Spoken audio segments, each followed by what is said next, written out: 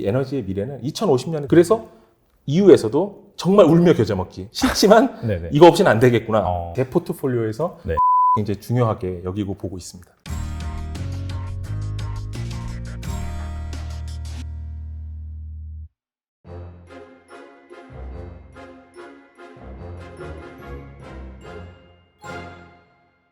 정철균 박사님 모셨습니다. 안녕하세요. 네, 안녕하십니까 이 대표님. 박사님 간단하게 소개 좀 부탁드립니다. 네, 안녕하세요. 저 정철균이라고 합니다. 이번에 넷제로 에너지 전쟁이라는 책을 저희 최중혁 작가님 그리고 정현 작가님과 공동 집필을 했고요. 이런 기회를 통해서 이제 에너지의 흐름이 어떻게 되는지 소개를 해드리고 또 이런 에너지를 어떻게 잘 알아야 되는지 이런 것들을 구독자님들하고 참 나눠보기 위해서 이렇게 자리에 한번 마련하게 됐습니다. 네. 불러주셔서 오게 됐습니다. 저는 뭐 서울대 에너지공학부에서 에너지자원공학부에서 학부 석사를 마치고 스탠포드의 같은 에너지자원공학부에서 석유 전공으로 박사학위까지 마쳤고요. 지금 휴스턴에서 이제 그 에너지 인더스트리의 다양한 기술을 판매하는 슐럼버제라는 회사에서 AI 데이터 사이언스 쪽으로 맡아서 팀 이끌고 있습니다. 말씀하신 거 들어보니까 에너지 업계에서는 정말 최고의 전문가 중에 한 분이신 걸로 여기까지 나온 그런 분들 중에서 최고의 전문가이신 것 같아요. 거의 학부 시절 때부터 또 좋은 대학교에서 이렇게 공부를 하셨고 또 이런 쪽으로 또 박사학위까지 받으신 거잖아요. 그래서 사실 지금 이 투자 업계 뭐 크게 본다면은 뭐 정세계 정세 다 포함되긴 하는데 여기에서 지금 이 에너지라는 키워드를 빼놓고선 말할 수 없는 상황인 것 같아요. 네. 그렇다면 반면에 이 에너지에 대한 그런 속사정을 잘 알고 있다고 한다면 분명히 큰 투자 기회도 잡을 수 있을 거라고 생각이 되거든요. 그래서 여러분들 잘 들으셔야 됩니다. 오늘 또 박사님 모시고 이 에너지 패권이 어디로 가는지 한번 알아보도록 하겠습니다. 사실 이 에너지라는 키워드가 작년 한 하반기부터 인플레이션과 맞물려서 좀 더 부각을 됐다가 뭐 그린 인플레이션이라고 하죠. 네. 원래 이제 그 2050 탄소 중립 시대로 가면서 또 이렇게 부각이 됐었고 여기에다가 또 이제 완전히 더 활활 타오르게 만든 것이 러시아와 우크라이나의 전쟁이에요. 네, 맞습니다. 그러면서 원래는 약간 그 탄소 중립 쪽으로 가면서 뭐 그린 에너지 이런 쪽으로 흐르다가 지금 뭐 국제유가 오르고 그 다음에 뭐 유럽 같은 경우에는 러시아에서 천연가스 공급을 중단한다 뭐 이런 얘기가 나오면서 천연가스 가격 역시 천정부지로 치솟고 있는데 그렇다면 약간 역설적으로 이 탄소 중립으로 가는 이쪽 시나리오는 약간 좀 애매해진 것 아닌가요? 어떻게 보시나요? 이게 약간 굉장히 복잡한 상황이 돼버렸습니다. 그러니까 러시아가 이제 한 40% 정도의 천연가스 유럽에 공급을 하고 있는데 이걸 이제 이 국제 정세를 이제 핑계로 이제 그렇죠. 잘라내기 시작했죠. 네네. 그래서 이제 지난번에 노드스트롬 1을 이제 우리 수리해야 되니까 멈출 거야 이렇게 일주일 정도, 열흘 정도를 이렇게 막으면서 이제 실제로 그런 에너지 패권 문제들이 가시화되기 시작했고 이제 그렇게 막상 되다 보니까 독일이나 프랑스나 뭐 이런 전 유럽이 지금 벌벌 떨고 있는 상황이에요. 이제 어떻게 이 문제를 해결할 것이냐. 우리는 네. 정말 극단적인 상황에서 가스가 러시아에서 안 온다고 할 때, 석유가스가 안 온다고 할 때 우리가 어떻게 생존할 것인가. 이거에 대한 문제가 이제 대두가 됐고요. 그러니까 그런 상황에서 어떻게 살아남을 것이냐. 그러면 우리 이제 재래 에너지로 돌아가서 석탄이라도 떼가지고 우리 이제 에너지 문제를 해결해야 돼. 이제 당장 발등에 불이 떨어졌으니까 이거부터 꺼야 되지 않겠습니까? 그렇죠. 이제 그런 상황이 됐고요. 그래서 단기적으로는 이게 우리가 그린 에너지 시대로 간다라고 했던 그 방향성이 약간 희미해진 상황이 됐어요. 그래서 단기적으로는 아마 재래 에너지, 그러니까 급한 불을 꺼야 된다라는 측면에서 재래 에너지에 대한 의존도가 사실 높아질 확률이 매우 있고요. 이제 그걸 다 알기 때문에 석탄, 천연가스, 석유 가격이 다 같이 올라가고 있는 상황인 것이죠. 그런데 이제 더 다른 측면으로 보면 이제 중장기적으로 보면은 이제 그 유럽의 각국에서 이렇게 여러 가지 그린 에너지에 대한 장벽들을 빨리 해소해야 된다. 우리가 가능한 빨리 그린 에너지로 갈 수 있는 토대를 마련해야 된다. 그러니까 새로운 살길 찾기에 이제 나서게 됐고 이런 이제 그 세계사를 이제 되짚어 보면은 네. 어떤 이제 충격이 오면 그 충격에 반응하기 위해서 또 다른 기술들이 이렇게 새로운 이제 동력을 얻기도 하고 그랬었어요. 그래서 그런 일들도 역시 중장기적으로는 일어나지 않을까 그렇게 저는 보고 있습니다. 그래서 단기적으로는 이런 재래 에너지와 그 우리의 재래 리소스들이 이제 좀 더 각광을 받게 될 것이고 중장기적으로는 태양광이나 풍력 같은 이제 재생 에너지 쪽에 좀 더 초점이 맞춰질 수 있다. 그리고 우리가 원전 같이 이제 안정적으로 기저 전력을 확보해 줄 수 있는 에너지원이 다시 주목받을 수 있는 상황으로 가고 있다. 네. 이렇게 보시면 좋을 것 같습니다. 이게 근데 갑작스럽게 이렇게 러시아에서 천연가스 공급 중단 이런 초유의 사태가 벌어지고 그 다음에 또 최근에 그 미국의 바이든 대통령이 사우디를 방문하긴 했는데 물론 바이든 대통령은 방문하고 나서 뭐 증산할 것이다라고 얘기했지만 또 사우디 쪽에서는 또 아니다라는 그런 외신의 보도가 좀 나오면서 야 이것도 좀 미지근한 것 아니야 하면서 단기적으로는 약간 좀 그런 뭐 국제 유가라든지 에너지 가격이 좀 강세를 보일 가능성이 있을 것 같은데 이 부분에 저도 대해서는 그렇게 보고 있습니다. 그래서 단기적으로는 이제 재래 에너지 리소스라고 하는 네네. 뭐 석탄, 천연가스 그리고 석유 이런 쪽의 자원들이 계속적으로 이제 가치 상태를 유지를 하면서 비싼 가치 상태를 유지하면서 네. 이제 진행이 될 것으로 보이고요. 근데 이게 어느 정도 갈 것이냐, 이게 스팬이 뭐 3개월이냐, 6개월이냐 이런 걸 사실 진단하기가 조금 어려운 상황인 그렇죠. 것 같습니다. 그래서 요건 조금 보셔야 되고, 그다음에 시장에서 지금 많이 얘기하시는 게 수요적인 측면이 조금 이제 위태위태하다 이런 얘기들 많이 하세요. 그래서 네. 수요가 줄어들게 되면 결국 에너지 수요도 같이 줄어들기 때문에 그런 게 어떻게 될지도 같이 이렇게 연동을 해서 보시면 좋을 것 같습니다. 알겠습니다. 약간 그런 차원에서 있는 것 같은데 EU 텍소노미에서 최근에 이 천연가스랑 원전을 친환경 에너지로 포함을 시켰다 이런 얘기가 나오고 있어요. 이 부분은 또 어떻게 보시는지 궁금하거든요. 그러니까 이거는 되게 명확한 것 같아요. 그러니까 우리 한국뿐만 아니라 유럽도 사실은 이 원전이라고 하는 게 사실은 우리가 아는 모든 문제를 다 알고 있거든요. 그러니까 이거 하기 싫은 게 분명히 맞아요. 그런데 그린 텍소노미로 딱 명확하게 규정시킬 수밖에 없는 이유는 무엇이냐? 원전이 온실가스 배출이라는 측면에서만 보면 굉장히 선호할 수 있는 에너지원이다라는 결론을 내린 거죠. 그리고 원전만큼 발전 단가를 유지해준 채로, 안정적으로 유지해준 채로 쭉 에너지, 기저 전력을 쫙 뽑아주는 이 소스가 없는 거예요. 그러니까 원전을 포기하고 우리가 온실가스 배출량을 맞출 수 있을까? 2050년까지? 이게 쉽지 않다라는 거를 이제 학자들이나 이 에너지 인더스트리에 계신 분들이 다 알고 있는 거죠. 그러니까 원전 없이는 안 돼. 원전은 포함시켜. 이런 어떤 컨센서스가 이렇게 잘 만들어진 게 아닌가. 저는 그렇게 보고 있고요. 네. 그렇기 때문에 뭐 IPCC라고 해서 이제 유엔에서 기후환경 협의체, 뭐 Intergovernmental Panel on Climate Change라고 하는 IPCC에서 이제 명확하게 규정을 했죠. 우리 인류의 어떤 액티비티 때문에 지구 온난화가 일어났고 지구 온도가 올라가고 있고 이 상태로 계속가면 분명히 문제가 발생한다. 여기까지는 이제 과학자들이 다 합의를 했고요. 네. 그 상황에서 탄소 배출을 줄이려면 어떻게 할 것이냐. 여러 가지 이제 데이터들이 있습니다. 이제 뭐 책이나 이제 여러 가지 소스를 보시면 보실 수 있겠지만 이 라이프 사이클에서 이 에너지가 나와서 생성돼서 없어지는 라이프 사이클에서 탄소를 얼마나 발생하느냐, 생애 주기 발생량을 보면 원전이 굉장히 좋은 포지션에 있어요. 거의 해상 풍력만큼. 해상 풍력이 아마 12 요 정도 이제 이퀴벌런트 CO2 이퀴벌런트 배출을 하는데 네. 메가 킬로와트 시당 그만큼을 거의 원전이 해요. 그러니까 원전이 원전 우리가 방사능 폐기물 엄청나게 많은 문제가 있는 걸 알지만 원전이 탄소 배출이라는 목표만 가지고 나서 보면은 네. 굉장히 이제 긍정적인 에너지원이 되는 거죠. 그래서 EU에서도 정말 울며 겨자 먹기 싫지만 네네. 이거 없이는 안 되겠구나. 그러니까 원전은 그린이야 이렇게 디파인을 딱 한 거죠. 이제 그런 상황으로 보시면 명확할 것 같습니다. 그런 차원에서 지금 사실 그 새로운 정부 들어와가지고 이 유럽 국가를 대상으로 특히나 이제 원전 세이지를 한다 뭐 네. 그런 얘기가 나오고 있잖아요.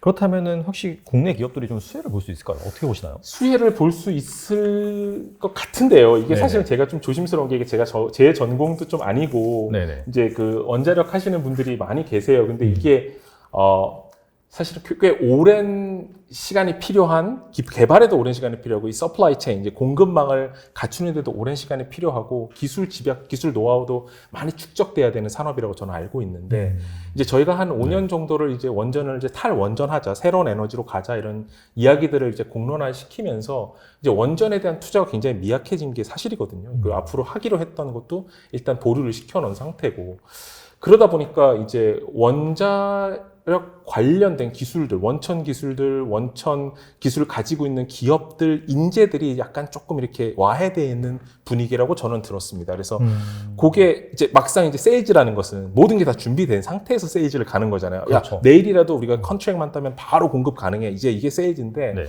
이제 그게 이제 사실 조금 약해지지 않았나 저는 그렇게 보고 있습니다. 그래서 그거는 이제 더 이제 전문가분들, 원자력 전문가들분께서 더 잘 아시겠지만 그런 문제가 조금 있다고 이게 많이 하고 얘기를 하고 있고요. 저희가 약간 살짝 탈원전돼 있는 동안에 미국이나 유럽에서는 굉장히 원전 쪽 기술들을 많이 개발했습니다. 그래서 이제 그런 원전 쪽 스타트업들도 많이 만들어졌고, 이제 뭐 굉장히 유명한 마이크로소프트 창업자신 이제 빌 게이츠 회장님께서는 원전이 미래다, 원전에도 투자해야 된다. 그래서 이제 뭐 테라파워 이런 이제 소규모 중소형 규모의 원자로를 만들어서 새로운 기술로서 우리가 더 안전하고 더 효율이 좋은 원자로를 만들어내겠다. 이런 식으로 과감한 투자도 이루어지고 새로운 기술들이 많이 만들어져서 앞으로의 원전 시장에서 한국이 정말 이길 수 있느냐? 이건 굉장히 우리가 지켜봐야 될 문제인 것 같습니다.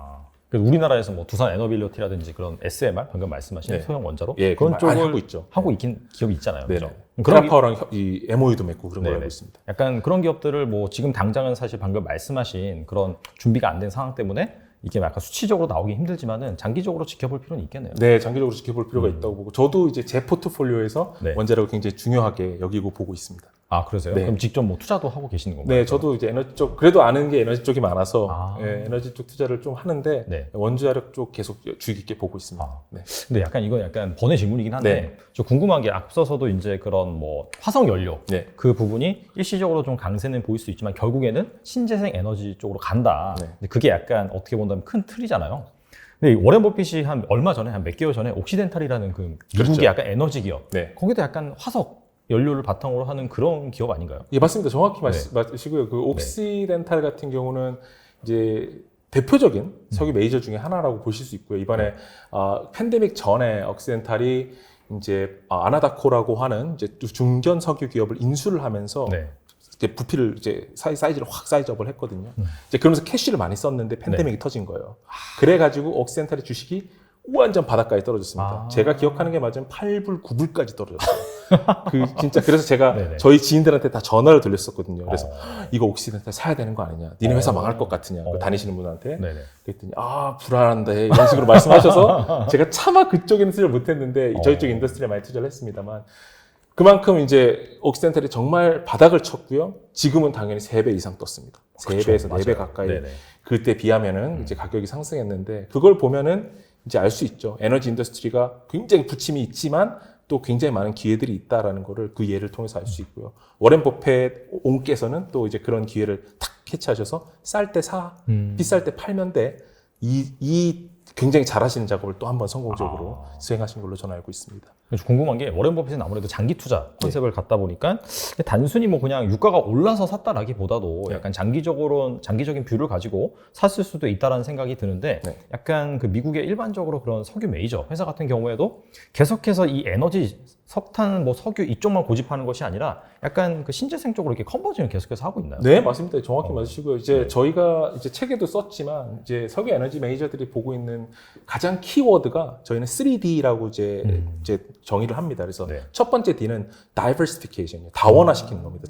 우리가 캐시카우는 물론 석유가스에서 갖고 오지만 에너지원을 다원화시켜서 우리가 풍력도 잘할 수 있고 태양광도 잘할 수 있고 지열도 잘할 수 있고 하물며 이제 더 나아가서는 원전까지도 잘할 수 있는 그런 우리의 이 포트폴리오를 다원화시키겠다라는 거에 굉장히 중요한 목표를 가지고 있고요.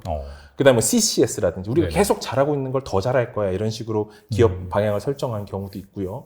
그다음에는 이제 디카보나이제이션이에요. 그러니까 탄소화하는 거죠. CCS가 대표적인 기술인데 우리가 천연가스나 오일을 생산하면서 탄소가 CO2가 많이 나오는 걸 다시 레저버로 다시 주입시켜가지고 거기다 저장을 시켜서 넷 제로를 만드는 거죠. 하이드로카본을 만들었지만 탄화수소 즉 석유나 가스를 만들었지만 동시에 그때 발생했던 CO2를 저장함으로써 넷으로 더하고 빼서 0을 만드는 게 넷제로의 컨셉이니까 우리가 넷제로를 만들 수 있다. 우리는 CCS를 컨트롤할 수 있는 모든 기술을 갖고 있다. 이런 식으로 이제 석유 메이저들이 움직이고 그쪽 기술에 투자를 하고 저희가 전환 기술이라고 부르는데 이 트랜지션 테크놀로지 많이 투자를 함으로써 우리가 옛날에는 뽑아내지 못했던 셰일에서 석유나 가스를 뽑아내는 것처럼 CO2를 저류층에 저장시키고 이 공기 중에 있는 CO2를 제거하는 기술을 발전시킴으로써 우리가 에너지를 계속적으로 이제 공급시켜 줄 수 있다.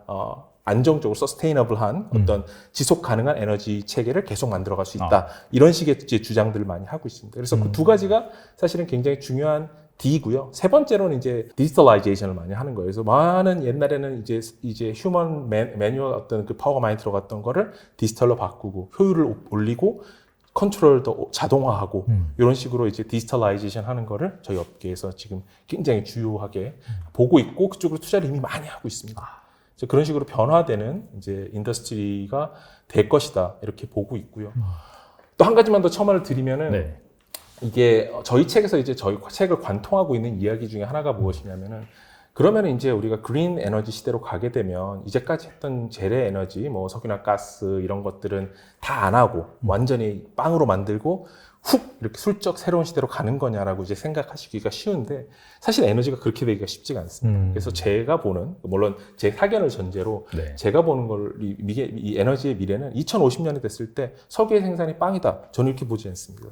석유, 가스가 어느 정도의 기저의 에너지원들을 유지해 줄 것이고 물론 양은 줄 수도 있고 뭐 그대로 유지가 될 수도 있고 이건 이제 통계나 이 미래를 예측하는 기관마다 조금씩 다르게 보고 있긴 한데 어느 정도의 에너지는 그렇게 유지가 된 채로 최대한 탄소 배출을 안 할 수 있는 어떤 넷제로 상태를 만들 수 있고 그리고 우리가 필요한 많은 에너지들이 전력으로 바뀌어서 전력화돼서 이제 미국에서 제일 중요하게 이 에너지 전환을 보는 키워드가 electrification입니다. 전력화를 시킨다고 하거든요. 그러니까 지금 우리가 테슬라가 자동차를 전력화시켜서 전기 자동차가 다니는 것처럼 모든 이 세상에 살아가는 모든 부분이 다 전력화가 돼가지고 그런 시대가 오면 이제 에너지의 많은 부분들이 전기로 공급이 되면 되니까 문제는 전기만 잘 공급하면 되는 거예요. 이제 그거를 완전히 그린으로 태양광하고 풍력으로 100% 그린으로 하면 제일 좋은 세상인데 그거는 너무 오래 걸릴 것 같고 아니면 너무 많은 그 발전이 있어야 되고 그게 어렵다면 그 중간 단계의 중간물로서 다양한 에너지원들이 그 갭을 메꿔주는 식으로 2050년으로 간다.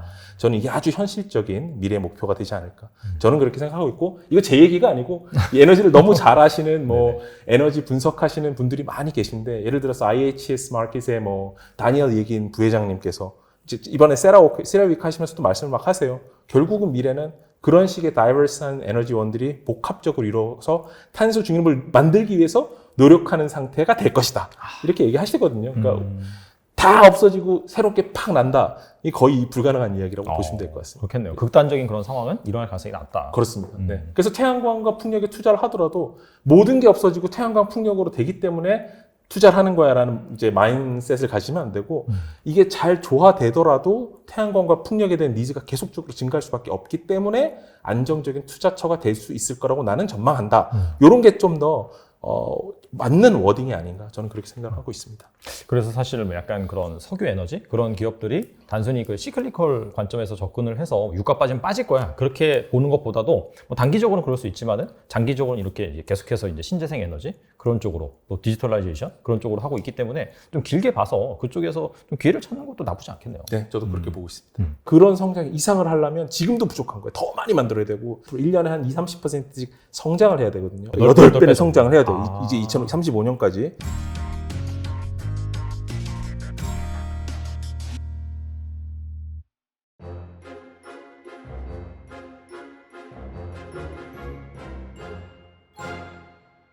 그리고 이제 천연가스 그 부분을 좀 말씀드리고 싶은 게 러시아 쪽에서 이 천연가스 공급을 유럽 쪽으로 중단을 한다. 이게 근데 육로로 운송이 됐었잖아요. 그렇죠. 가스관 그걸 통해서 예. 됐었는데 이게 중단을 하다 보니까 러시아 쪽으로 못 받다 보니까 이제 뭐 다양한 그런 국가로부터 받긴 받아야 되는데 그렇다면은 이 해상 운송을 통해서 받을 것이다 라고 하면서 약간 그래서 국내 조선사들이 LNG선을 잘 만들다 보니까 이쪽이 좀 수혜를 입을 것이다 이런 얘기들이 나오고 있는데 이 부분은 현실적으로 어떻게 생각하시나요? 현실적으로 가능한 이야기인데 그게 실제로 LNG 건조를 의뢰까지 가는 거는 이제 아무래도 좀 이제 국가별로 네. 의사결정 프로세스들이 있을 테니까 어떻게 될지 좀 지켜봐야 될 것 같고요. 기술력은 우리 그 국내 조선사들이 특히 초대형 LNG선을 만드는 기술력은 뭐 남다르게 있기 때문에 네. 그런 거는 이제 수혜를 받게 되면 저희 한국에 있는 조선소들이 받게 될 가능성이 굉장히 크다 이렇게 볼 수 있겠고 LNG를 이제 하나 더 보자면 뭐 수소 시대가 가서 뭐 암모니아선을 움직인다든지 앞으로 뭐 다른 에너지 리소스들이 이제 움직여야 될 때 그런 기술력들을 누가 가지고 있느냐 예를 들어 CCS를 하려면 이제 이산화탄소 운반선 이런 것들이 필요하거든요. 맞아요. 이제 네. 그런 것들을 만들 수 있는 기술력이 거의 한국의 조선소에 많이 있고 그런 걸 하기 위해서 여러 이제 그러니까 국영 에너지 기업이나 또 이런 메이저 에너지 기업들하고 계속적으로 이제 MOU를 체결해가지고 그런 것들을 하고 있기 때문에 그런 쪽으로 보면 좀 비전이 있지 않은가 저는 그렇게 보고 있습니다. 알겠습니다. 이제 본격적으로 약간 신재생 에너지 쪽, 네. 제가 태양광 풍력 쪽에 대해서 알아볼 텐데요.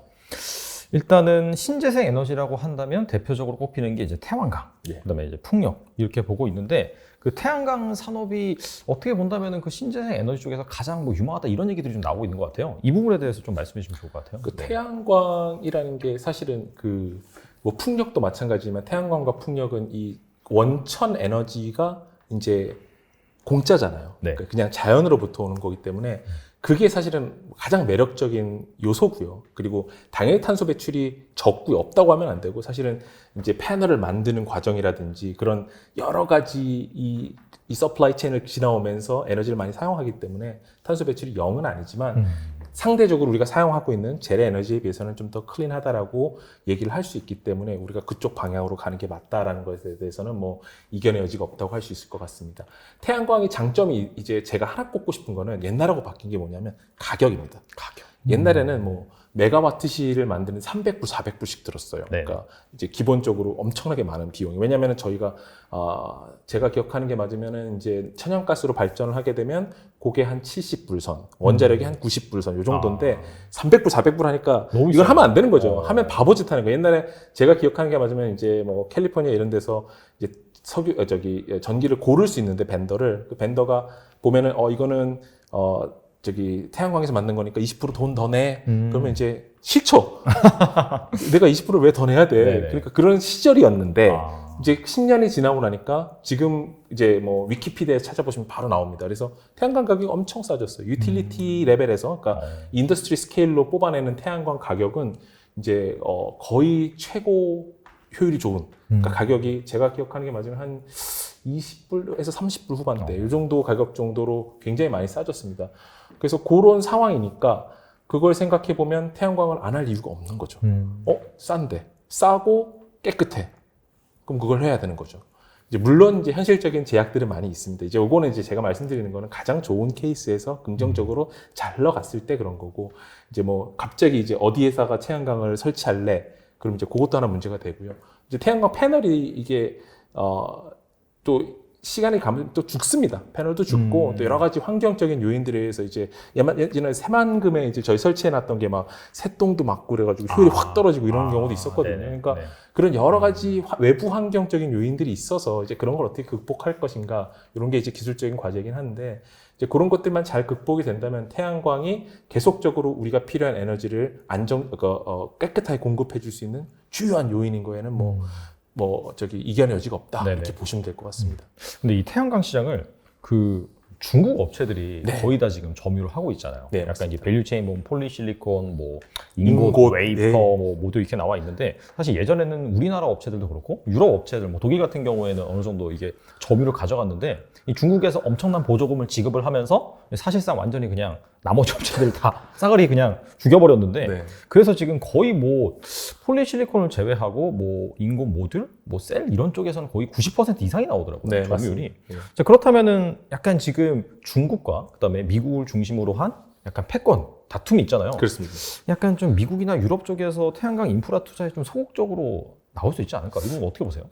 저도 이제 네. 어떻게 보냐면은 사실 그 반대인 것 같습니다. 그러니까 반대라고요? 반대라는 게 뭐냐면은 네. 이제 미국이 정말 중국이 미운 어떤 그런 국제 정세를 이제 막 그렇게 해서 막 서로 싸우고 막 관세를 서로 막 부과하는데도 불구하고 이제 그걸 유예해 줄게 이렇게 열어준 대표적인 항목 중에 하나가 이제 태양광 관련된 패널, 원자재들 이런 것들을 오케이 이거는 어쩔 수 없어 열어줘 관세 유예 연장해 줄게 유예도 그렇게 해주는 이유가 무엇이냐? 태양광을 해야 된다. 태양광을 하려면 태양광 패널이나 이 여러 가지 그 서플라이 체인에서 들어오는 장비들을 다 가져와야 되는데 그게 중국에밖에 없다. 그럼 이거는 중국이랑 네고시에이션을 해서 가져올 수밖에 없는 상황인 거고 그러니까 중국에서 이제 만들고 있는 회사들도 계속적으로 안정된 이익을 누리고 있는 거죠. 그러니까 유럽이나 미국이나 태양광을 안 할 수 있어? 태양광을 안 할 수 있는 방법은 없네. 우리 계획에 다 이렇게 하기로 했으니까 그걸 다 하려면 이걸 서플라이 해줄 수 있는 장치들이 필요한데 이 장치들 어디서 갖고 와야 돼? 중국에 다 있어. 중국이 70% 이상은 지금 시장을 마켓 시어를 가지고 왔으니까. 네. 그럼 그걸 가져올 수 있는 방법밖에 없는 거예요. 그래서 지금 현재는 뭐 울며 겨자 먹기라고 하면 좀 그렇지만 이 이 상황을 이겨내기 위해서는 결국 중국의 공급을 받아야 되는 상황이라서 반대로 가서 이거는 하자, 이거는 열어줄게 이런 상황으로 계속적으로 인프라 투자를 할 수밖에 없는 상황으로 흘러가고 있는 상황으로 보입니다. 이거는 뭐 지금 그냥 기사를 조금 찾아보셔도 나오고 이게 네. 그냥 팩트로 그렇게 흘러가고 있는 상황이어서 뭐 어떻게 할 수가 없고요. 그리고 실제로 이 아까 말씀하신 대로 이 중국의 값싼 전기를 공급하면서 이게 사실 장치 산업이거든요. 네. 규모의 경제를 이뤄갖고 큰 장치 산업을 해서 값싼 전기를 가지고서 많이 돌릴수록 이득이 남는 구조잖아요. 그러니까 그렇죠. 중국에서 이런 식으로 신장 이런 데서 전기 진짜 싸게, 그것도 되게 계약이 되게 신기한 게 많이 할수록 전기를 더 싸게 줍니다. 너 많이 생산하고 많이 쓰면 우리가 전기를 더 싸게 줄게. 그러니까 계속적으로 성장하는 거예요. 근데 그런 성장이 필요해요.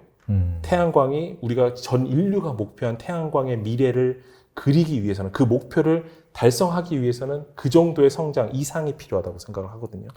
그러니까 그런 성장 이상을 하려면 지금도 부족한 거예요. 더 많이 만들어야 되고 그거의 2배, 20%, 1년에 한 20, 30%씩 성장을 해야 되거든요. 없던 공장이 내년에 있어야 돼요. 그래야 그 우리가 인류가 목표로 했던 성장세를 맞출 수 있으니까요. 그러니까 저희가 이제 제가 지금 통계로 많이 보는 게 2035년쯤에 네. 한 8,000 테라와트시를 네. 태양광에서 해줘야 된대요. 네. 이건 그냥 컨센서스가 만들어진 거예요. 우리가 저기 2050년에 넷제로를 가기 위해서는 태양광이 2030년에는 한 8,000 테라와트시 정도 만들어줘야 돼. 네. 2022년에 10,000 테라와트시 정도 해요. 그럼 8배는 성장을 해야 돼요. 이제 2035년까지. 네. 근데 이제 10년 정도밖에 안 남았잖아요. 한 12년. 네. 그러면 이제 그걸 산술적으로 계산하면 한 1년에 20% 정도 쫙 1.2씩 계속 성장을 해야 거의 8,000에 가깝게 갑니다. 그럼 20%씩 매년 성장할 수 있는 서플라이 체인이 있냐? 없죠.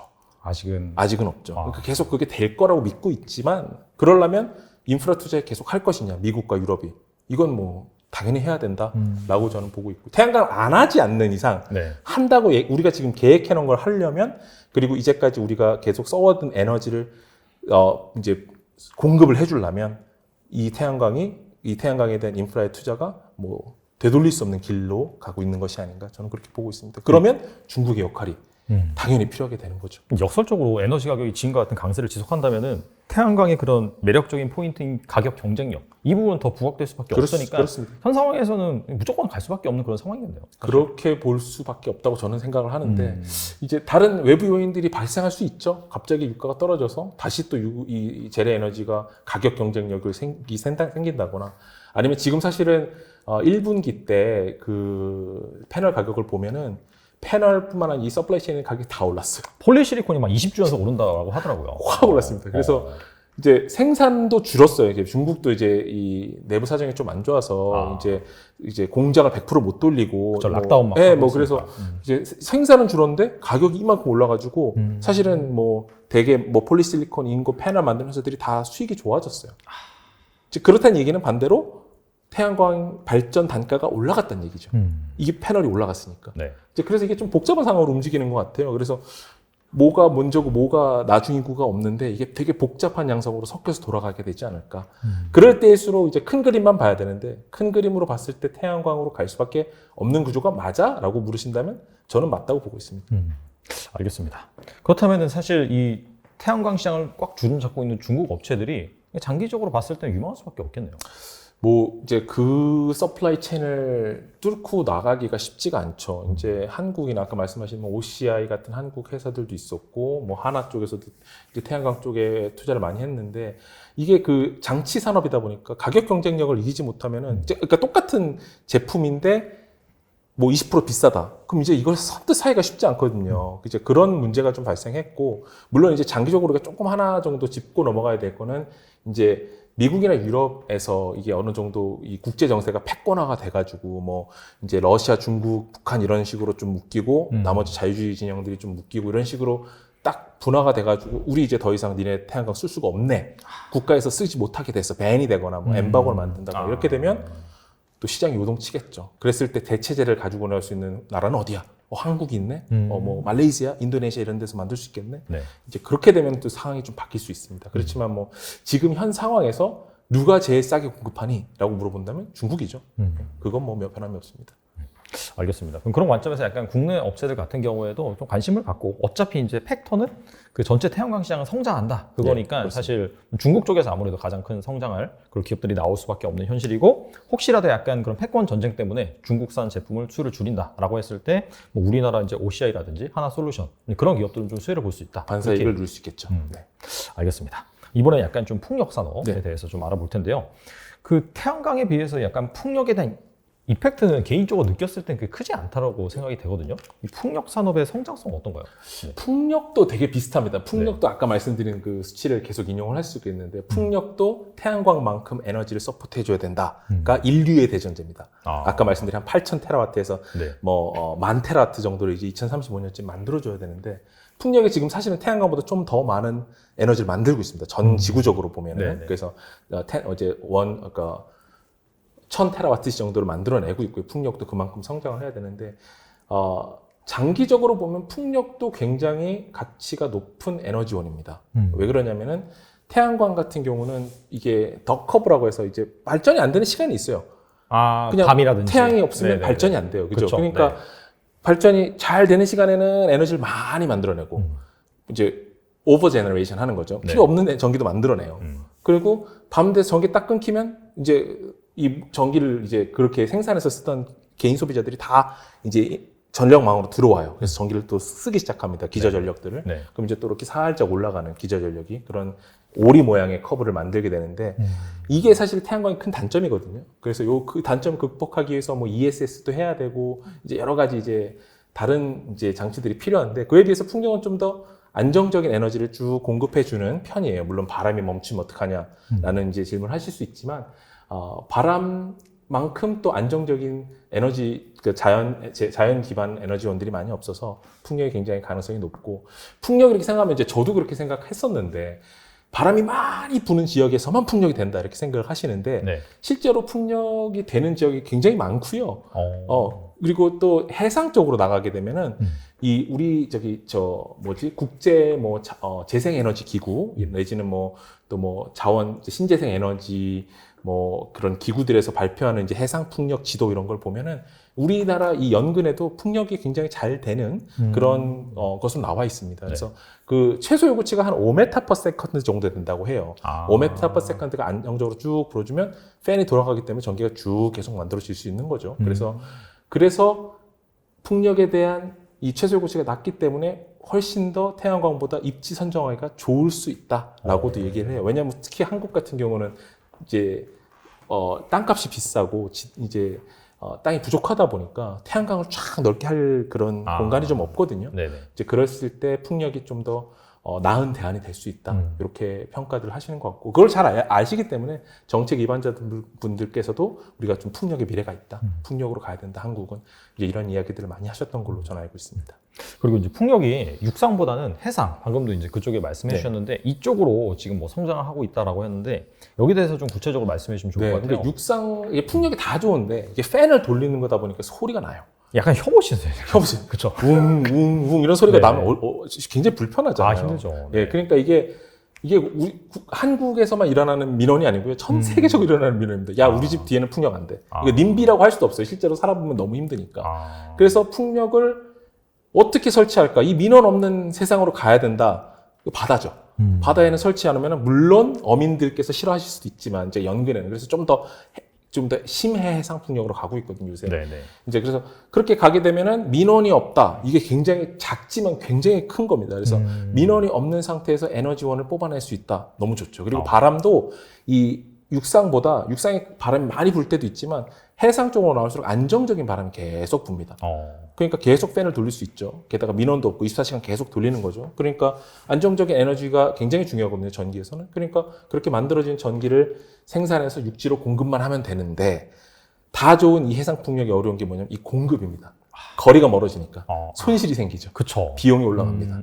이제 그런 문제가 하나 있고 또 이 해상 풍력은 일반적으로 큰 팬들을 쓰기 때문에 이 설치비가 또 비싸고요. 그러니까 육상 풍력이 아마 2밀리언 정도 이제 만드는데 근데 이쪽으로 보면 거의 2배 한 4밀리언 정도는 필요하다 이렇게 얘기를 하고 있습니다. 그래서 그런 장단점이 있지만 해상 풍력으로 갔을 때 장기적으로 얻을 수 있는 장점들이 많기 때문에 이걸 굉장히 긍정적으로 보고 있고 이제 그러다 보니까 한국에서 이런 걸 해보자라고 이제 전 세계의 유수의 그 에너지 기업들이 네. 이제 컨소시엄을 만들어가지고 지금 하고 있습니다. 뭐 문무바람, 뭐 파이어플라이 이래가지고 이제 이 남동 이메 쪽에서 지금 계속 새로운 실증화 작업, 이제 프루브 오브 컨셉 하는 작업들을 하고 있고 그런 게 이제 잘 되면 이제 그런 기술력도 얻어가고 이런 실증 작업을 해봤으니까 우리가 앞으로 다른 프로젝트를 할 수 있는 노하우가 쌓이는 것이라서 한국의 그 해상 풍력은 앞으로 발전할 수 있는 요지가 많이 있다. 저는 그렇게 보고 있습니다. 그러면서 약간 부유식 해상풍력? 예, 부유식인 거죠. 그게 근데 그 뭐지?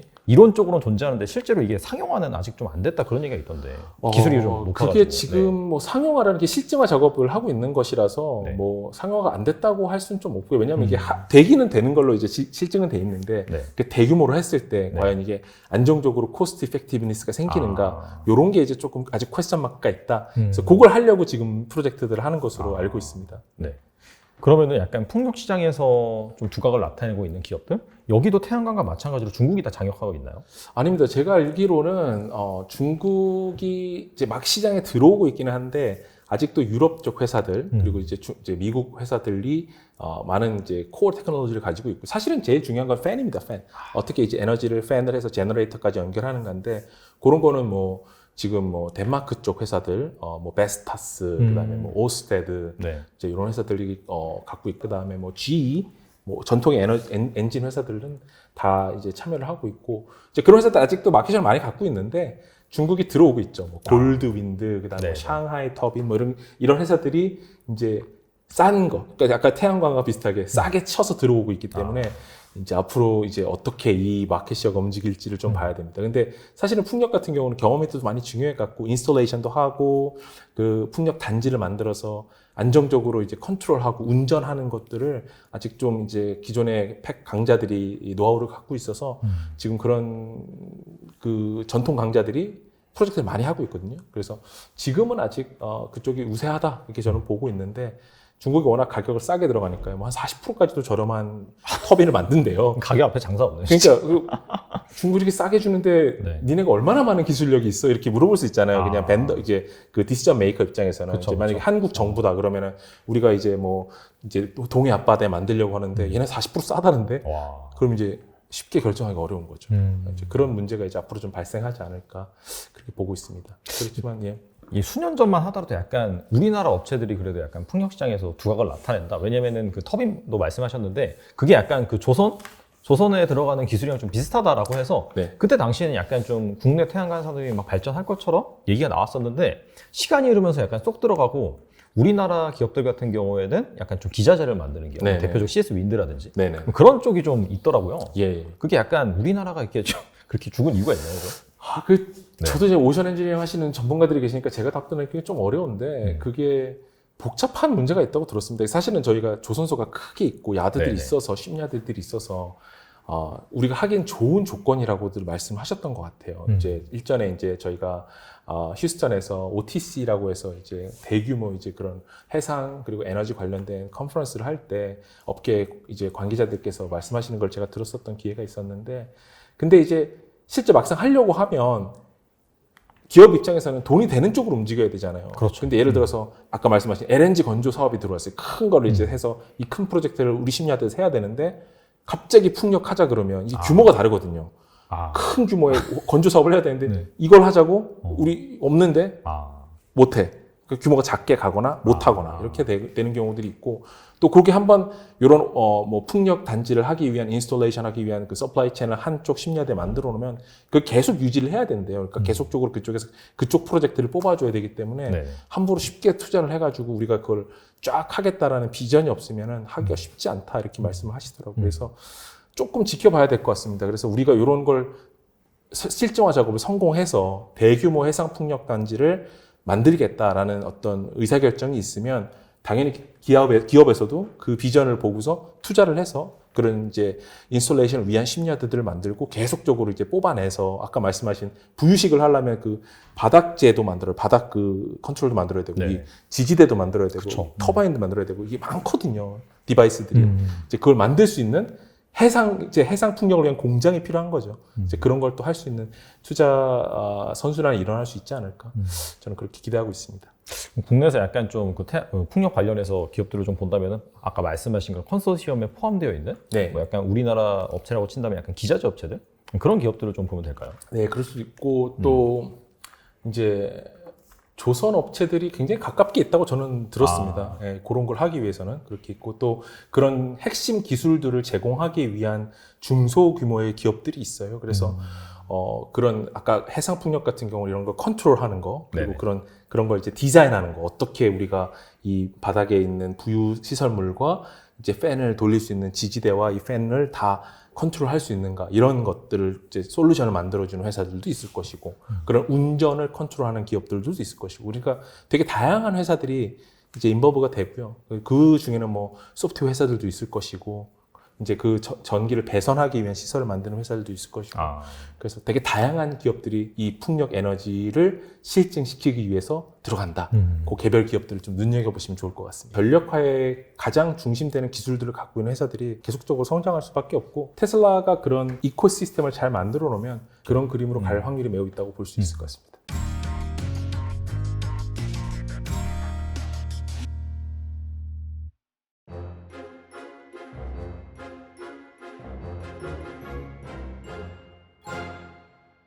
또 그리고 최근은 아니고 몇 년 전부터 계속해서 얘기가 나왔는데 태양광 풍력 하면은 또 수소 이걸 가지고 또 그린 에너지 또 한쪽 사이드로 보고 있는데 이 수소 에너지의 역할은 또 무엇인지 이게 약간 기존의 재생 에너지와 경쟁 관계지 보완 관계지 그 부분에 대해서 말씀해 주시면 좋을 것 같아요. 수소 에너지는 이제 굉장히 좀 복잡한 것 같습니다. 제가 알기로는. 네. 근데 이제 경쟁 관계일 수도 있고요. 보완 관계가 좀 더 맞다. 저는 대체제의 역할이 좀 더, 그러니까 서로 보완할 수 있는 에너지의 개념이 좀 더 맞다. 이렇게 보고 있는데, 이제 그 이유가 수소를 만드는 과정에 있습니다. 이제 수소를 만드는 과정이, 이제 지금은 부생수소라고 해서 메탄 CH4가 나왔을 때 거기서 나오는 이제 H2들을 뽑아내서 이제 수소를 만들어내고 나머지 CO2가 날아가는 그런 상태로 되어 있습니다. 그러니까 수소가 깨끗하지 않죠. 이제 그런 걸 이제 저희가 그레이 수소 이렇게 얘기를 하는데 그런 과정이 지금 수소의 95% 정도입니다. 그러니까 수소를 만드는 과정이 깨끗하지 않아요. 그리고 이제 그 과정에서 그 나온 CO2를 CCS로 저장을 하면 이게 블루 수소 이렇게 얘기합니다. 조금 이렇게 차별화를 하기 위해서 그레이 수소랑 그렇게 얘기를 하고 가장 궁극적으로는 이런 CH4를 기반해서 수소를 만드는 게 아니라 뭐 암모니아를 기반해서 수소를 만드는 게 아니라 수전에 물을 탁 분해하고 전기를 넣어서 물을 탁 분해해서 옛날에 우리 그림에 나오는 것처럼 H2가 나오고 O2가 나와요. 산소가 나오니까 좋네요. 물이 산소와 수소로 변해서 우리는 수소를 씁니다. 이런 그림으로 가려면 에너지를 넣어줘야 돼요. 연력학 재산법칙 그런 거죠. 이제 계속 이제 바뀌는 거예요. 변환하는 건데 변환하다 보니까 에너지 손실이 생깁니다. 우리가 전기를 100으로 갖고 있었는데 수소로 바꿔서 저장을 하면 효율이 뭐 25%, 30%밖에 안 돼요. 그러니까 이제 어떻게 쉽게 얘기하면 좀 바보짓을 하는 거죠. 100을 30으로 바꿔줄게. 내가 100원 주면 내가 35원 받을게. 뭐 이런 상황인 거죠. 그게 수소의 지금 메커니즘이거든요. 그럼 이거가 어떻게 하면 얘기가 되냐? 전기가 쌓여야 돼요. 전기가 남아 돌아야 돼. 그런 상황이 쉽지가 않은 거죠. 한국에서 수소가 된다고 얘기를 하시는 이유 중에 하나가 이제 제가 이제 업계 관계자들하고 좀 얘기를 해보면 한국은 조금 잉여 전력이 있어요. 약간 위화하시잖아요. 한국에 잉여 전력이 있어? 근데 한국은 사실 전기를 꽤 많이 만들어요. 그래서 안정적으로 우리가 쓰는 거예요, 사실은. 다른 전기가 부족한 국가에 비하면 사실 우리가 전기를 많이 만드는데 그러다 보니까 이 잉여 전력을 수소로 바꿔서 저장하면 좋은 거 아니야? 좋은 거죠. 이제 그렇게 하면 가치가 생기기 때문에 한국에서는 수소가 가능할 수 있다라고들 수소 이코노미를 말씀하시는 분들이 얘기를 하세요. 그러니까 제가 어릴 때 기억해 보면 이제 중학교 때쯤에 양수식 발전 전 이런 걸 배웠거든요. 양수식 발전이 이제 밤에 심야 싼 전기로 물을 올려서 전기 필요할 때 물을 내려 그래서 발전하고 에너지를 돌리는 거죠.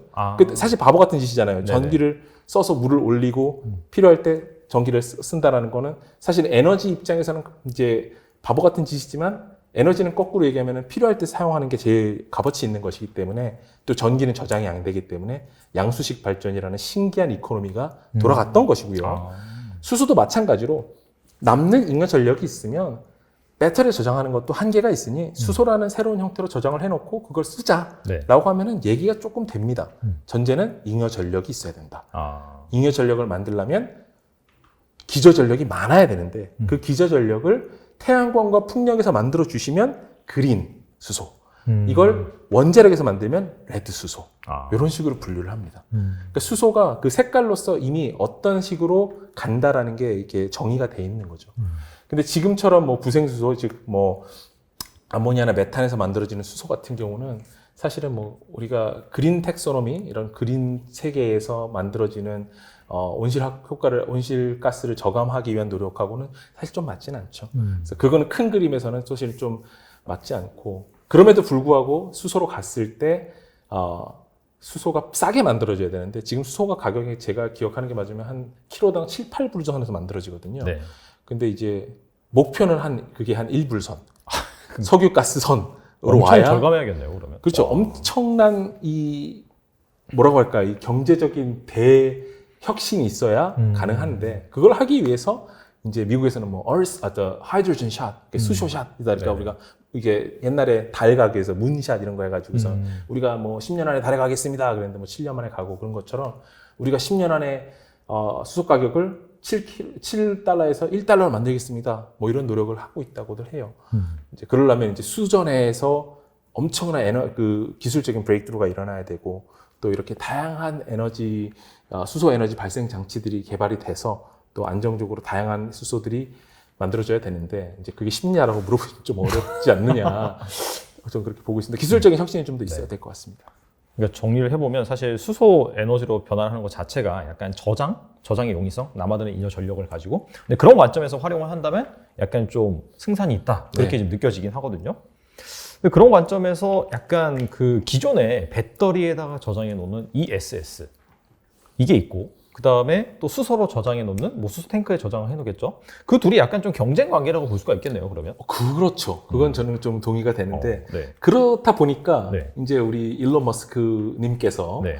얘기를 했죠. 이제 제 기억에 맞으면 한 몇 년, 3년 정도는 된 것 같은데, 네. 얘기를 했어요. 그러니까 뭐라고 했죠? 그러니까 하이드로젠 pure cell이든 full cell이다 그런 식으로 얘기했어요. 바보다고. 바보 에너지, 네네. pure energy, full energy 이런 식으로 얘기했었는데, 네. 뭐냐면 이제 효율이에요. 100이 있는데 전기로 직접 쓰면 한 7, 80은 쓸 텐데, 네. 배터리로 배터리로 저장했다가 쓰면은 이거를 굳이 한 번 더 바꿔서 30% 정도 에너지로 사용하는 이유가 뭐야? 이렇게 물어보는 거죠. 그게 되게 재생에너지 협회 이런 데서도 도표로 쫙 정리가 잘 되어 있거든요. 저희 책에도 이제 담았습니다만, 네. 그런 거 보면은 알 수 있죠. 그래서 이게 굳이 이렇게 해야 되는 이유는 뭐야? 왜냐하면 ESS가 없을 때, 아니면 좀 더 장기적으로 에너지를 보존하고 싶을 때 수소가 대안이 될 수 있기는 한데, 에너지 전체의 효율로 봤을 때는 조금 손해가 있죠. 그래서 그걸 어떻게 극복할 것인가, 이런 것들이 좀 이제 장기적인 논의 과제라고 보고 있습니다. 근데 약간 수소 쪽을 유망하게 보는 그런 분들 같은 경우에는 ESS가 결과적으로 배터리잖아요. 그 배터리죠. 근데 배터리를 크게 만들수록 뭐 관리도 효율이 어렵고, 그 다음에 엄청 비싸진다. 비싸지고 효율도 내려가고요. 전기차 한 대 배터리 원가가 40%다. 네, 그렇습니다. 그러니까 그런 거 따지면은 이 수소에 저장하는 게 더 좋다, 그렇게 말씀하시는 분도 계시더라고. 이분은 네. 어떻게 생각하세요? 그건 좀 복잡한 문제인 것 같습니다. 이거는 계산하기 나름이다. 계산하기 나름이고, 지금 네. 현재 제가 알기로는 네. 딱 이제 1대1로 싸우면 네. 배터리가 좀 더 쌉니다. 그래요? 다 합치면. 그러니까 그래서 효율까지 합쳤어요. 그렇죠. 손실 나는 그런 거, 네. 기회비용까지 다 합치면. 그런데 미래는 모르지. 미래는 모르죠. 미래는 그렇죠. 모르고, 또 ESS도 발전할 수 있고요. 그리고 그리고 수소도 발전할 수 있고요. 수소가 어느 날 갑자기 기술적인 혁신이 일어나가지고 옛날에 하던 거에 반값을 만들어냈다. ESS가 위태위태한 거죠. 이렇게 저장하면 훨씬 더 쓰기 좋은데, 이런 문제가 발생할 수 있고, 이런 논쟁이 발생할 수 있고요. 또 배터리가 예를 들어서 규모의 경제를 실현해가지고 엄청나게 많은 배터리들이 막, 아까 이제 일론 머스크 얘기도 했습니다만, 파워월, 파워팩 이런 게 성공적으로 배터리 산업이 성장해가지고, 네. 배터리가 훨씬 더 좋은데 효율도 좋고 저장도 잘 되고, 이제 우리는 엄청나게 많은 에너지원도 배터리 저장이 가능한데 수소가 왜 필요하지? 이렇게 논쟁이 붙을 수도 있고요. 그래서 이거는 그 측면에서는 둘이서 좀 경쟁제가 되지 않는가 볼 수 있을 것 같습니다. 그래서 잘 눈여겨보셨다가 지금 이쪽에서 기술적인 브레이크트루가 일어났는데 확실히 배터리가 안정적이네, 보시면 아까 전기차나 전력화에 의한 ESS가 좀 더 위닝 프로세스에 있을 수 있고요. 근데 어느 정도 수소에서 아까 말씀드린 하이드로젠이 성공했어요. 그래서 네. 엄청나게 수소 가격이 콱콱콱 떨어지고 있다. 생산 가격이. 그러면 수소가 ESS의 대체제로서 에너지를 저장할 수 있는 좋은 전력화의 수혜를 받을 수 있는 그런 대체 에너지원이 될 수 있는 것이죠.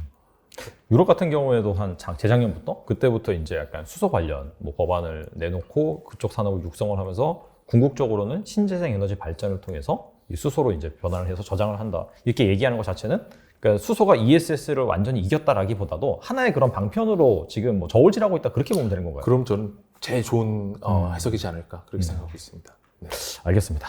앞서서도 그 일론 머스크 말씀하셨잖아요. 그래서 이제 테슬라에 대해서 또 안 다룰 수가 없는데 테슬라가 알고 보면은 이 종합 에너지 회사 이쪽으로 가고 있다라고 그 책에서 말씀하셨더라고요. 이 부분에 대해서 자세히 설명해 주시면 좋을 것 같아요. 그러니까 일론 머스크가 꿈꾸는 미래라는 게 이제 사실은 이제 테슬라라는 게 처음에 테슬라 모터스에서 출발했지만 이제는 사명도 테슬라라고 바꾸고 그 밑에 테슬라 에너지라는 회사들이 있습니다. 자회사가. 그러니까 그만큼 전체의 에너지 시장에서 패권을 가져가고 싶은 게 일론 머스크의 비전이라고 알려져 있어요. 즉, 그러니까 일론 머스크가 아마 2015년인가? 벌써 한 7, 8년 전에 딱 나와서 얘기했거든요.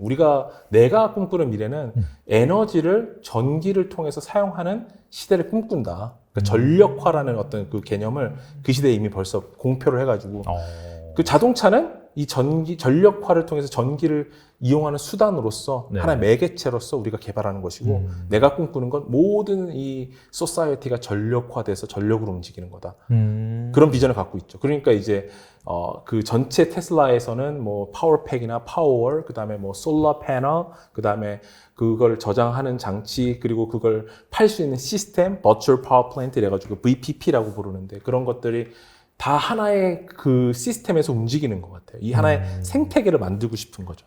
물론 테슬라 모터스에서 만드는 자동차만큼의 파급력은 아직 없지만 결국은 그런 시스템으로 간다라고 이제 생각을 하는 것 같아요. 그래서 파워팩이나 파워월 같은 경우는 굉장히 수요가 높았거든요. 근데 이제 그건 수요가 높고 패널은 수요가 좀 적으니까 제가 알기로는 그게 아마 이제 패키지로 팔리는 걸로 알고 있어요. 그래서 솔라 패널 설치하면 파워월도 설치해 줄게. 패키지로 하면 너 테슬라 자동차를 자동으로 충전도 할 수 있고 파워월에서 네가 솔라 패널에서 생산도 할 수 있고 너는 이제 에너지 생산자가 되는 거야. 뭐 이런 걸 팔리고 싶은 거죠. 솔루션을. 그게 지금 테슬라가 꿈꾸는 미래다라고 저희는 보고 있습니다. 파워월이 구체적으로 뭐죠? 파워월은 이제 스토리지, ESS 스토리지인데 집에 가정용으로 사이즈를 해서 파워월, 이제 벽에다 붙여져 있는 ESS 스토리지 시스템입니다. 그래서 태양광에서 우리 솔라 패널에서 만드는 전력을 파워월에다 넣어놓고 거기서 충전도 시켜주고 그러면 이제 안정적인 개인의 에너지 시스템이 만들어지는 거죠. 난 테슬라를 몰고 있는데 전기도 내가 만들고 전기 내가 저장해놨다가 쓰고 갑자기 정전이 됐네? 그럼 우리 파워월에 저장됐던 전기로 우리 집 냉장고도 돌리고 이제 그런 게 별거 아닌 것 같았는데 저가 전력 블랙아웃을 한번 당해보니까 너무 좋더라고요. 아까 말씀드렸었는데 그러니까 제가 작년 2월에 이제 한파가 찾아서 텍사스가 전기가 싹 나갔을 때 한 3일 정도 전기가 안 들어오니까 생활이 완전 궁핍해지고 뭔가 되는 게 하나도 없고 그런데 중간에 불 탁 들어온 집 있어요. 파워월 있는 집. 불 탁 들어와 있습니다. 그리고 이제 옛날 그 제너레이터 돌리는 집도 불 들어와 있고. 그 두 집만 딱 불 들어와 있는데 정말 부럽더라고요. 에너지란 역시 없을 때 저렇게 빛나는 것이구나. 그런 걸 경험해봤습니다. 그래서 꼭 해야지. 파워월 꼭 해야지 했는데 이제는 시스템 바뀌어서 이렇게 패널이랑 같이 패키지로 팔더라고요. 그래서 고민했는데 이제 그런 시대로 차츰 가는 것이 아닌가 그렇게 보고 있습니다. 그래서 잉여 전기가 만들어지면 그걸 또 팔아야 되잖아요. 그렇죠. 그걸 팔 수 있는 시스템도 만들겠다. 그게 이제 버추얼 파워 플랜트의 개념입니다. 그러면 약간 전력망 같은 것도 다 업그레이드가 되는 거죠. 그러니까 스마트 그리드 시스템으로 가면 이제 그런 것들이 서로 컨트롤할 수 있는 거죠. 전기를 통합적으로 관리하는 코어 유틸리티 회사들에서도 전기를 얘네가 만들어서 넣어주면 내가 그만큼 유틸리티에서 덜 사면 되거나 덜 만들면 되기 때문에 그런 걸 이제 궁극적으로는 싹 관리할 수 있는 시스템으로 갈 수 있는 것이죠.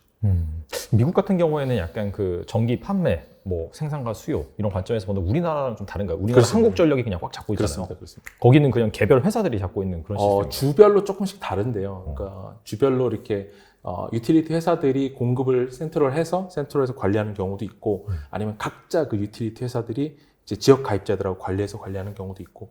그렇지만 일반적으로는 한국전력이 각 주마다 있다 이렇게 보시는 게 좀 더 간단한 개념입니다. 근데 그럼에도 불구하고 그 한국전력이 여러 벤더들한테 전기를 공급받는 거예요. 뭐 A라는 회사는 뭐 메가와트 시당 얼마에 드리겠습니다. 그러면 이제 그래 오케이 계약. 그래서 내가 하갖고 이제 디스트리뷰터가 이렇게 다 분배해 주는 거죠. 개별 가입자들이. 개별 가입자들도 고를 수 있어요.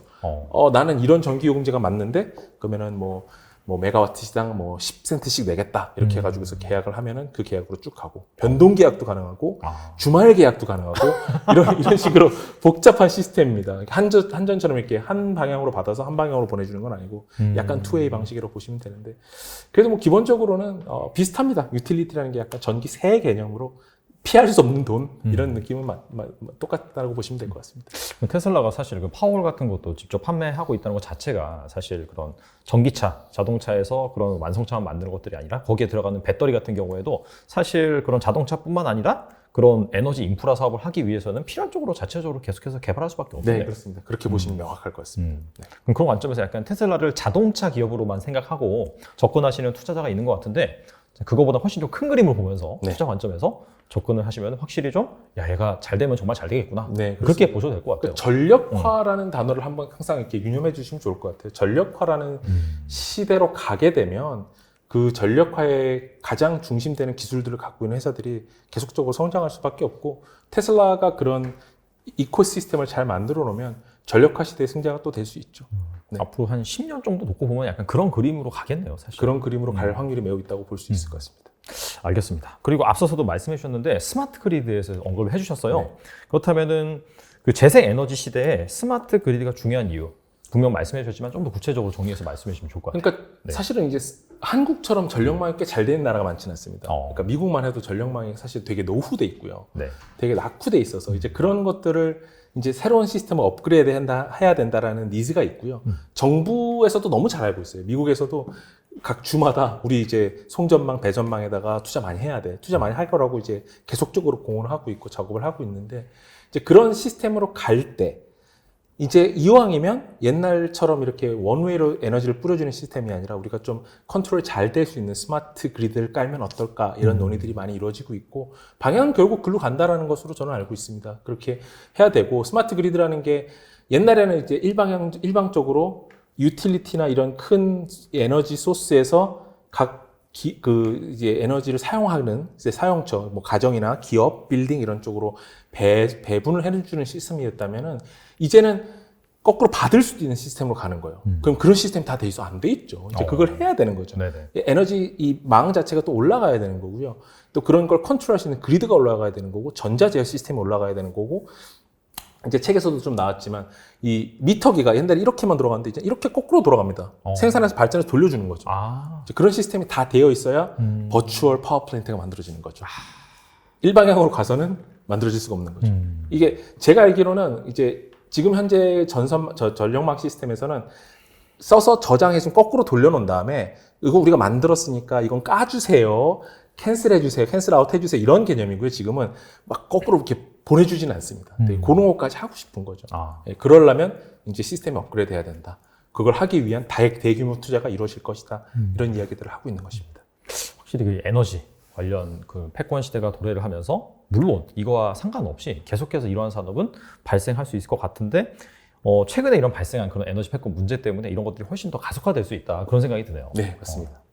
오늘 나와주셔서 정말 좋은 말씀 많이 해주셨는데, 끝으로 이 투자자들을 위해서 한 말씀만 부탁드립니다. 네, 에너지라는 게 사실은 제가 혼자서 다 설명할 수 있을 만큼의 그런 규모가 아니고요. 제 깜냥도 뭐 그걸 전부 다 잘 알아서 설명을 드린다라기보다는, 제가 이번에 책을 쓰면서 리서치를 많이 했는데 그런 것들을 보고 드리고, 또 좀 쉽게 이제 이해하시기 쉽게, 그리고 전체 흐름이 어떻게 되는지를 좀 가깝게 설명을 드리기 위해서 이제 노력을 많이 했습니다. 오늘 자리에서도 제가 여러 가지 얘기를 했지만 이제 그런 것들을 이제 큰 그림만 이제 눈여겨봐 주시면 좋을 것 같고, 좀 더 상세한 이야기들은 저희가 책을 통해서 이렇게 많이 해놨으니까 읽어보시고 또 이렇게 개념을 잡으시면 좋을 것 같고, 에너지에 대한 얘기를 하나만 더 드리면, 에너지가 굉장히 가까운 문제입니다. 이게 에너지는 뭐 그냥 뭐 한전이 하는 거지 내가 어떻게 할 수 있는 게 아니야 이렇게 생각하실 수도 있는데, 에너지를 등한시하면요 에너지의 위기가 옵니다.